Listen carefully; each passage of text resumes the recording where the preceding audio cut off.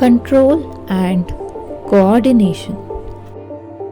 पिछले चैप्टर में हमने लाइफ प्रोसेसेस के बारे में पढ़ा था, जो एक जीव में न्यूट्रिशन, रेस्पिरेशन, ट्रांसपोर्टेशन और एक्सक्रीशन जैसे आमाल को बरकरार रखता है। प्यारे बच्चों, इस चैप्टर में हम हमारी बॉडी के दो बहुत ज़रूरी सिस्टम्स के बारे में सीखेंगे। पहला नर्वस सिस्टम और दूसरा एंडोक्राइन सिस्टम। अगर कोई चीज़ हिलने या चलने वाली हो, उसे हम जानदार करार करते हैं, बल्कि कई मूवमेंट्स बढ़ने यानी ग्रोथ की वजह से होते हैं, जैसे कि पौधों में बीज का मोड़ बनना और उगना। जैसे बीज मिट्टी में मोड़ बनने लगता है, वो मिट्टी को ढकेलते हुए बढ़ने लगता है। एक बच्चे का बड़ा इंसान बनना।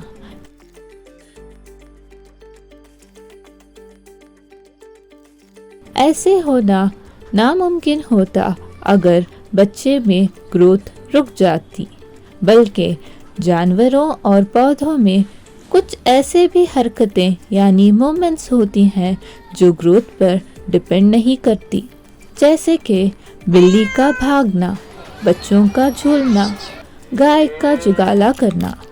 ये सब जानने के बाद हमारे दिमाग में ये सवाल आता है कि क्यों हम सिर्फ हिलने, बढ़ने या चलने वाली चीज़ों को ही जानदार करार करते हैं।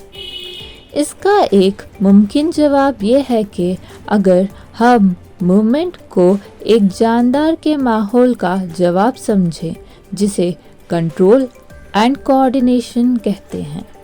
जैसे कि बिल्ली शायद चूहे को देखकर उसका शिकार करने के लिए उसकी तरफ भाग रही है। बच्चों को झूला झूलने में मज़ा आता है। गाय का अपने खाने को सीधी तरीके से तोड़कर उसे पचाने के लिए जुगाला करना। ये सारे मूवमेंट्स अपने माहौल का एक रिस्पॉन्स यानी जवाब है, जिसे हमारी जिस्म के एक सिस्टम में बहुत ही एहतियात से संभाला हुआ है, जो हमारी बॉडी को कंट्रोल और कोऑर्डिनेट करता है। मल्टीसेलुलर जीवों में एक खास टिश्यू मौजूद होता है जो कि कंट्रोल और कोऑर्डिनेशन में मदद करता है।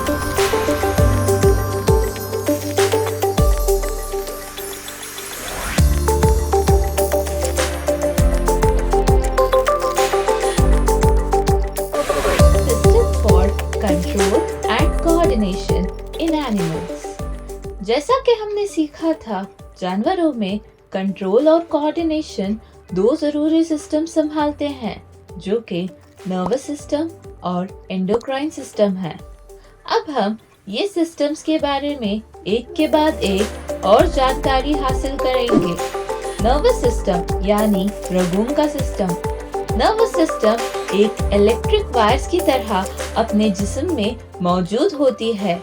इसका एक ज़रूरी काम ये है कि ये हमारे ब्रेन को सारे मसल्स को संभालने के लिए मदद करता है। नर्वस सिस्टम के दो जरूरी हिस्से हैं। पहला सेंट्रल नर्वस सिस्टम CNS और दूसरा peripheral nervous system PNS। Central nervous system के दो जरूरी ऑर्गन्स हैं, ब्रेन और स्पाइनल कॉर्ड, जबकि स्पाइनल नर्व्स और क्रेनियल नर्व्स मिलके पेरिफेरल नर्वस सिस्टम को बनाते हैं। पेरिफेरल नर्वस सिस्टम एक रास्ते की तरह होती है जो एक इंफॉर्मेशन यानी मैसेज को सेंट्रल नर्वस सिस्टम तक पहुंचाती है और सेंट्रल नर्वस सिस्टम से अपने जिस्म के कई हिस्सों तक पहुंचाती है। हमारी बॉडी में 31 पेयर यानी 31 जोड़ी स्पाइनल नर्व्स होते हैं और 12 पेयर यानी 12 जोड़ी क्रेनियल नर्व्स होते हैं। क्रेनियल नर्व्स सीधा अपने ब्रेन से उभरते हैं, जबकि स्पाइनल नर्व्स अपने स्पाइनल कॉर्ड यानी रीढ़ की हड्डी से उभरते हैं। Animals nervous system. जानवरों में नर्वस सिस्टम और मस्कुलर टिश्यू कंट्रोल और कोऑर्डिनेशन में मदद करते हैं। जैसे कि कोई भी एक गर्म चीज को छूना बहुत ही खतरनाक होता है और हमारी बॉडी को इस बारे में फौरन पता लगाकर इसका जवाब यानी रेस्पॉन्स कुछ ही सेकेंड्स में देना होता है। अब हमारे दिमाग में ये सवाल आता है कि हमारी बॉडी को कैसे पता लगता है कि हम कोई गर्म चीज छू रहे हैं। ये जांच करने के लिए हमारी बॉडी में एक खास तरीके के सेल्स मौजूद होते हैं जिन्हें हम नर्व सेल्स कहते हैं। ये नर्व सेल्स की नोक जिसमें रिसेप्टर्स जो इंफॉर्मेशन को लेते हैं ये हमारे सेंस ऑर्गन्स में मौजूद होते हैं, जैसे कि ईयर्स यानी कान में ये फोनोरिसेप्टर्स कहलाते हैं जो आवाज सुनने में मदद करते हैं। आइस यानी आंख, आंख में ये फोटोरिसेप्टर्स होते हैं जो कि उजाला लेते हुए हमें देखने में मदद करते हैं। नोज यानी नाक, यहाँ ओलोफैक्टरी रिसेप्टर्स मौजूद होते हैं जो सूंघने में मदद करते हैं।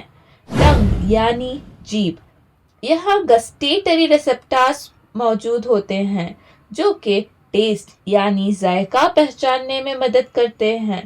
स्किन यानी चमड़ी, यहाँ थिग्मोरिसेप्टर्स मौजूद होते हैं जो छूने में गर्म या ठंडी चीज को पहचानने में मदद करते हैं। ये सारी इंफॉर्मेशन डेंड्रिटिक टिप यानी डेंड्राइट की नोक पर हासिल होती है जो कि नर्व सेल जिसे न्यूरॉन भी कहा जाता है उसमें मौजूद होती है।